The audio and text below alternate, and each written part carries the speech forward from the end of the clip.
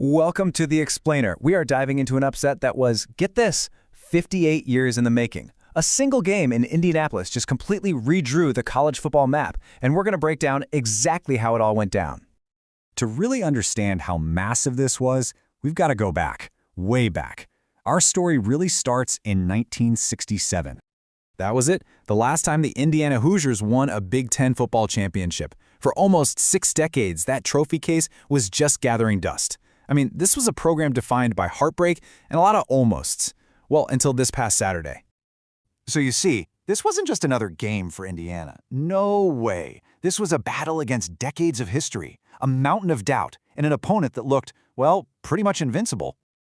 To call this a David versus Goliath matchup is frankly an understatement. Just look at these numbers.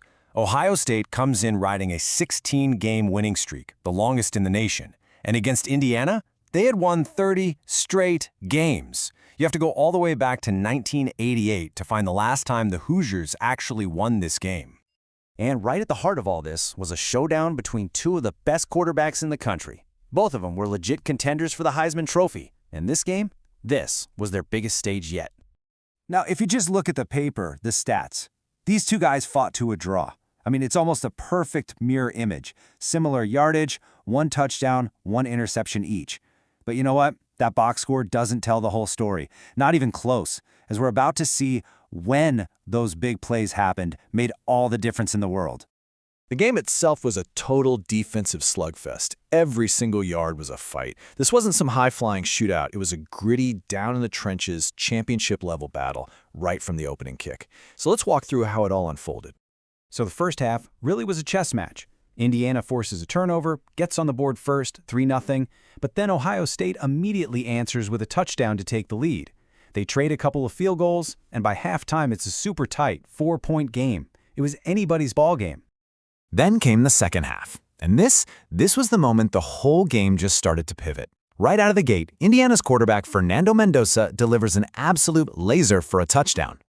And just like that, it's 13-10. Indiana took a lead that they would never give back. For the first time all night, you could feel it. The Hoosiers were in control of their own destiny. But you don't become the #1 team in the country by just rolling over. Of course not. Ohio State responds, puts together this long, methodical drive, and just marches deep into Indiana territory. This set up what really felt like the game's absolute defining moment. And they went for it. Of course they did. 4th and 1. They put the ball in their star quarterback's hands. He pushes forward, and the refs signal first down. For a second there, your heart just stops. It looked like Ohio State had snatched back control of the game.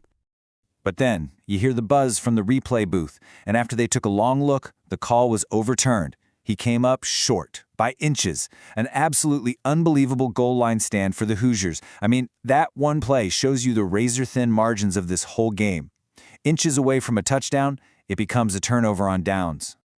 But Indiana couldn't quite run out the clock. Ohio State's defense gets a stop, forces a punt, and gives their offense one final chance. With less than 3 minutes to go, the Buckeyes drive right down the field, setting up what should have been a simple chip-shot field goal to tie it up. Unbelievable. He missed it. From just 29 yards out, the kick sailed wide left. The whole stadium just exploded. The heavily favored Buckeyes, moments away from forcing overtime, couldn't do it.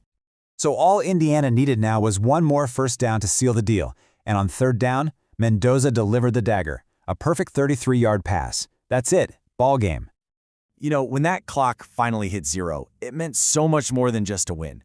It was the end of that 58-year wait. It was the cap on a perfect season, and maybe, just maybe, the beginning of something totally new for Indiana football.